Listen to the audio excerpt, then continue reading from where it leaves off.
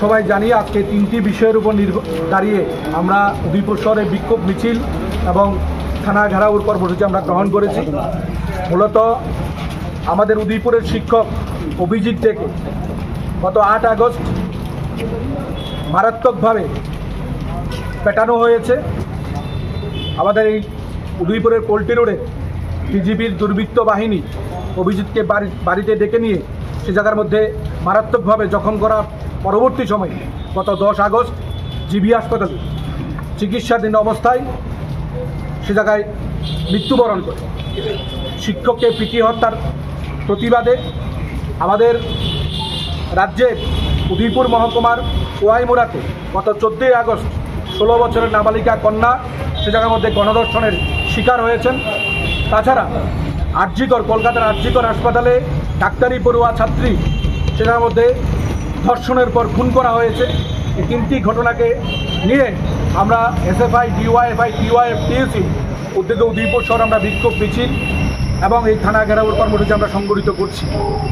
আমরা মনে করি আমাদের রাজ্যের মধ্যে ছাত্র থেকে শিক্ষক, শিক্ষক থেকে ছাত্রী, সাধারণ জনগণ এই বিজেপির শাসনে ভয়ঙ্করভাবে আক্রমণের শিকার এবং বিজেপির এই স্বৈর শাসনের বিরুদ্ধে আমরা সমস্ত অংশের জনগণকে প্রতিবাদে সোচ্চার হওয়ার আমরা আহ্বান জানাচ্ছি।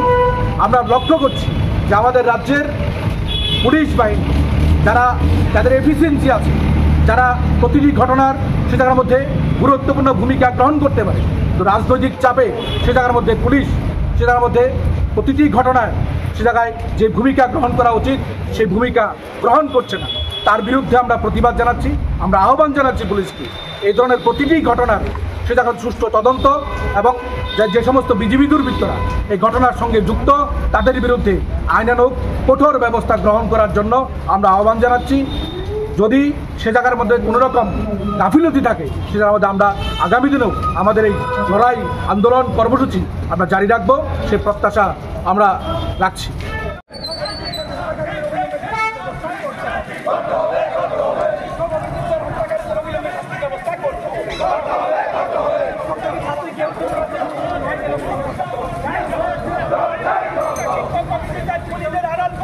পুলিশের জবাব চাই।